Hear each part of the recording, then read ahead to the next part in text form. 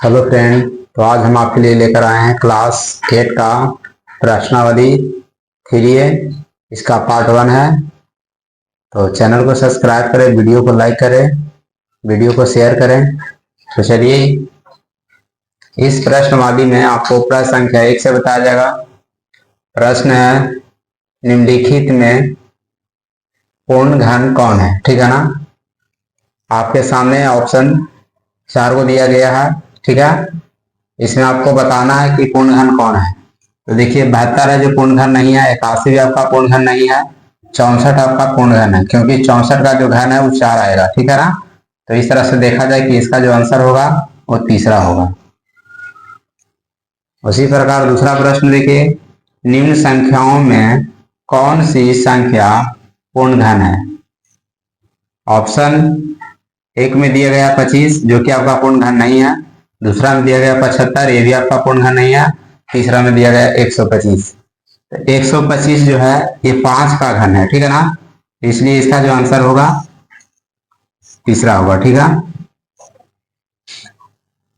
प्रश्न 3 देखिए, 2000 को निम्नांकित में किस संख्या से गुना करने पर गुणनफल पूर्ण वर्ग हो जाएगा? तो देख लीजिए, 2000 आपका दिया गया है, यदि आप उसको 4 से गुना कर दीजिएगा तो इसका जो है गुणनफल वो पूर्ण वर्ग हो जाएगा। ठीक है ना, तो इसलिए इसका जो आंसर आएगा 4। ठीक है ना। चौथा प्रश्न देखिए, निम्न में कौन सी संख्या पूर्ण घन नहीं है? ठीक है, ऑप्शन 4 को दिया गया है। ऑप्शन 1 में दिया हुआ है 125 जो कि पूर्ण घन है, 125 5 का घन होता है। दूसरा दिया गया है 216, ये 6 का घन होता है। तीसरा दिया गया है 64, ये आपका 4 का घन होता है। ठीक है ना।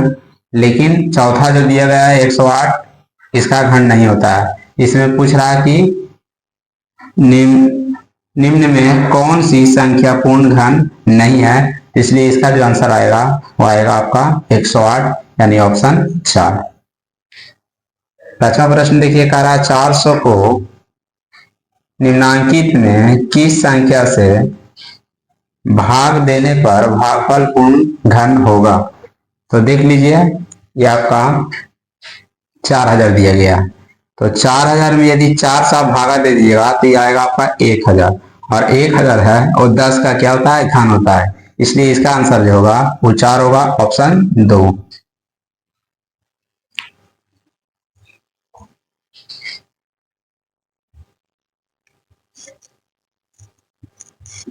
छठा प्रश्न देखिए, कह रहा है कि निम्नांकित रिक्त स्थानों की पूर्ति कीजिए जिसे कि कथन सत्य हो। ठीक है, पहला आपका दिया गया 1000, 1000 का जो घन है कितना आएगा? 10 आएगा। ठीक है।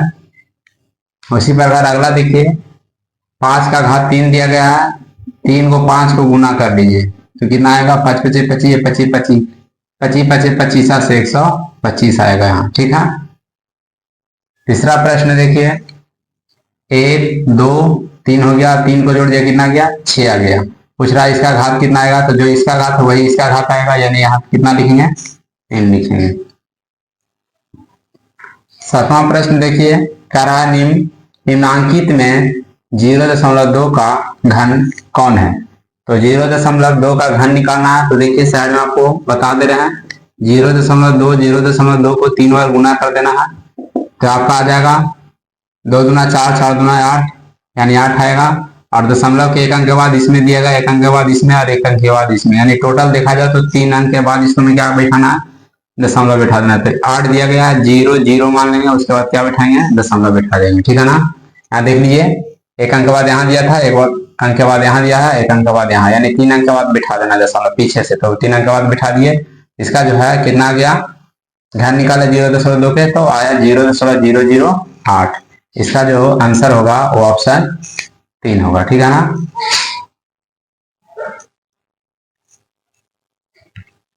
अगला प्रश्न कह रहा है 8 के पहला 2 उदाहरण लेकर दर्शाइए कि सभी विषम प्राकृत संख्याओं का घन विषम होता है। तो देख लीजिए, पहला लेके चलते हैं 3 का घन निकालेंगे। तो 3 का जब घन निकालेंगे तो देख लीजिए कितना आता है? 3 3 9 9 27। ठीक है ना, यानी विषम संख्या का घन निकाले। ठीक है ना। तो क्या आया, विषम संख्या ही आया। ठीक है, उसी प्रकार 5 का निकाल देते हैं, तो 3 को 5 को जब गुना करेंगे तो कितना आएगा, 5 पचे 25, 25 पचे 25, 125 आएगा।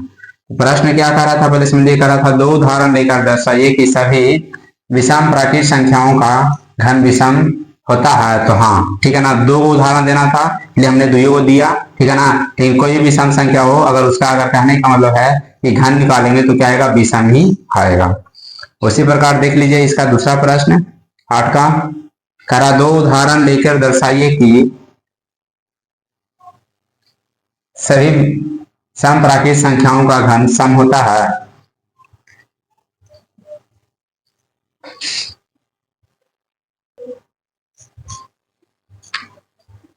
तो इसमें क्या करना है, दो उदाहरण बताना है, विषम प्राकृत संख्याओं का घन निकालना है, अब विषम आता है या नहीं। तो देख लेते हैं, 2 का घन निकाल लेते हैं, 2 दूना 4, 4 दूना 8 आएगा। ठीक है ना, यानी 2 का घात 3 कर दिए, इसका घन निकाल रहे थे, तो 2 दूना 4, 4 दूना कितना है, 8 है, यानी विषम सम प्राकृत संख्याओं का जो घन है वो क्या आएगा, सम ही आता है। ठीक है ना, उसी प्रकार 4 का ले लेते हैं, तो 4 का घन निकालेंगे, 4 गुने 4 गुने 4 बराबर, तो 4 चौको 16, 16 चौको कितना आएगा, 64 आएगा। ठीक है, तो सम प्राकृत संख्याओं का जो घन है वो क्या रहा, सम ही आता है। तो इस प्रकार 2 उदाहरण लेने कह रहा था, दोनों को 2 उदाहरण बता दिए। ठीक है,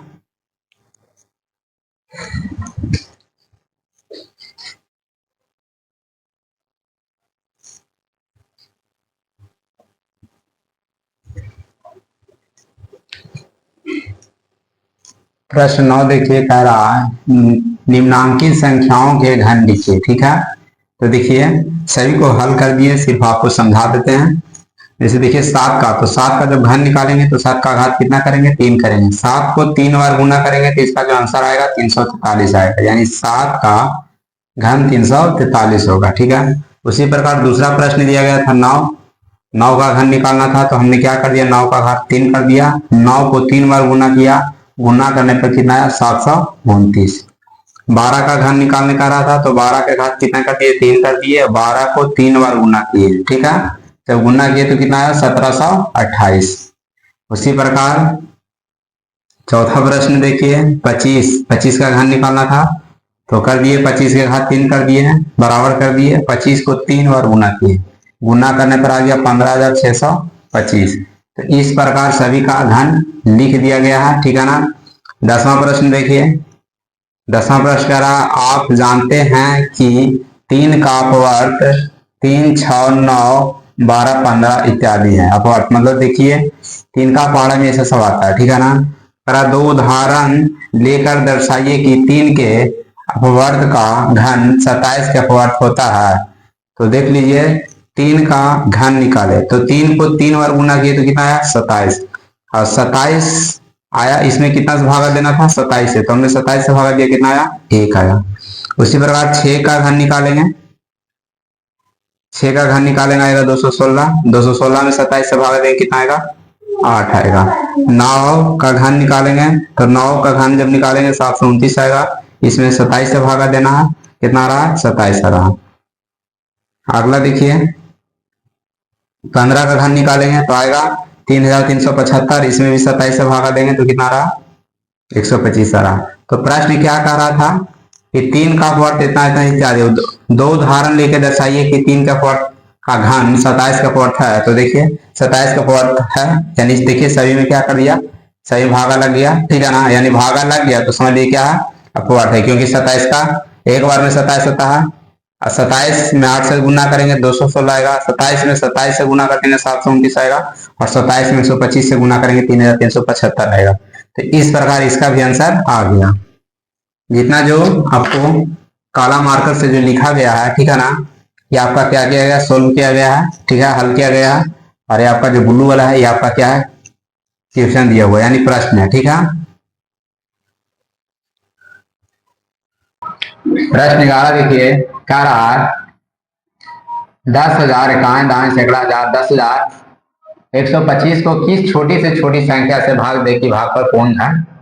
तो देखिए इसके लिए क्या किया हमने, साइड में गुणनखंड कर दिया। ठीक है ना, गुणनखंड किया, देखिए 3 से भागा दिया तो आया 3375, फिर 3 से भाग दिया था आया 1125, फिर 3 से भाग दिया 375 आया, फिर 3 से भाग दिए 125 आया, फिर 5 से भागा दिए, ठीक है ना, 25 में 5 है और फिर 5 से भागा दिए 1 आया। तो ये तो गुणनखंड कर दिए। अब इसमें पूछ रहा था कि किस से भागा दे रहे कि जो आपका भागफल क्या होना चाहिए, पूर्ण घन होना चाहिए। तो इसके लिए क्या करेंगे, 3 वो करके लिख लेंगे, ठीक है ना। तो पहले तो 10,125 का जो गुणनखंड है और लिख देते हैं, 3 गुने 3 गुने 3 गुने 3, 4 को 3 दिया हुआ है और 5 3 को दिया हुआ है, ठीक है। अब इसमें ध्यान दीजिए 3 को करके रखने का रहता है, तो 3 को कर दिए 3 और 3 के साथ 3 कर दिए, उसके बाद एगो 3 बच गया, 1 2 3 5 है 3 हुआ, ठीक है ना। तो 5 के साथ 3 कर दिए 3 कर दिए। तारा किससे भागा दिया जाए भागफल पूर्ण होगा, तो यदि इसमें अगर 3 से भागा देंगे तो 3 से ये 3 कट जाएगा, तो ये भी देखिए आपका धन में है, ये भी आपका क्या है, धन में है। तो यहाँ लिख देंगे अभिष्ट संख्या बराबर, ठीक है ना, अभिष्ट संख्या बराबर या तो लिख देंगे, अतः 3 से भाग देने पर लिख देते हैं, अतः 3 से भाग देने पर भागफल पूर्ण घन होगा, ठीक है ना, भागफल पूर्ण घन होगा। तो इस प्रकार इसका आंसर आ गया।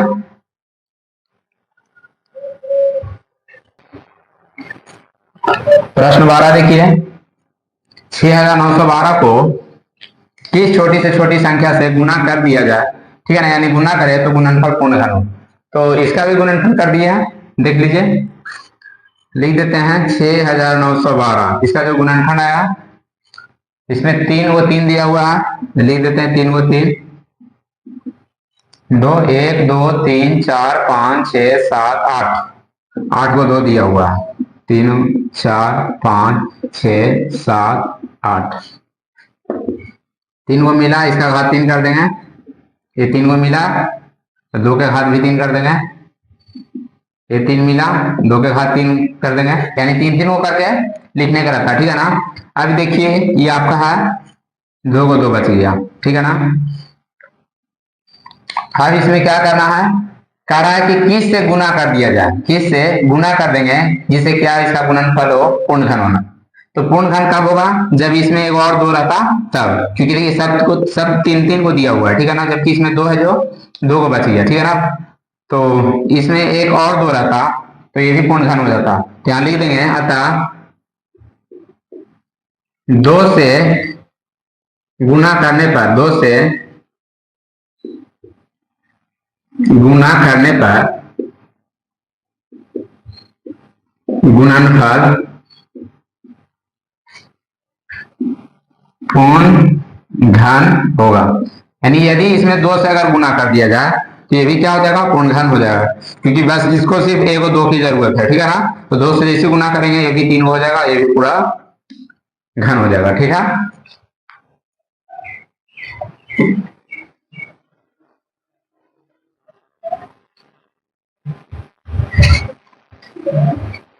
प्रश्न 13 देखिए, कह रहा है एक घनाभ की भुजाएं 5 सेमी 7 सेमी और 5 सेमी है, एक घन बनाने के लिए कम से कम ऐसे कितने घनों को एकत्रित करना हो। तो लिख देते हैं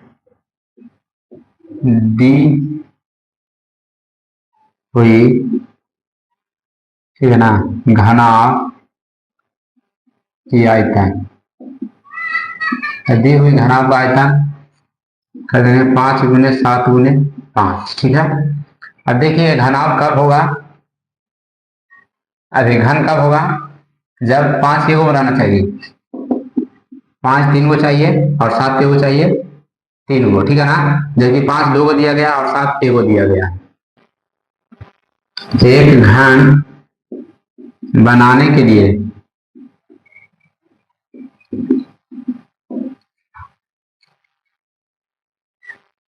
घन कब बनेगा, तो एक और 5 चाहिए और 2 को 7 चाहिए, यानी गुना करेंगे तो कितना होगा 245 की आवश्यकता होगी, ठीक है, 245 की आवश्यकता होगी। यानी ये घन कब बनेगा, जब एक और 5 रहेगा और 2 और 7 रहेगा, तब 3 ये भी हो जाएगा, ये भी 3 हो जाएगा, ठीक है ना। अगला प्रश्न देखिए, कह रहा है एक घनाभ की भुजाएं 3 सेमी, 4 सेमी और 4 सेमी है। एक घन बनाने के लिए कम से कम इसे कितने घनों को इकट्ठा करना होगा। सेम वही है क्वेश्चन है, फिगर ना लिख देते हैं। दी हुई घनाभ की आयतन, दी गई घनाभ की आयतन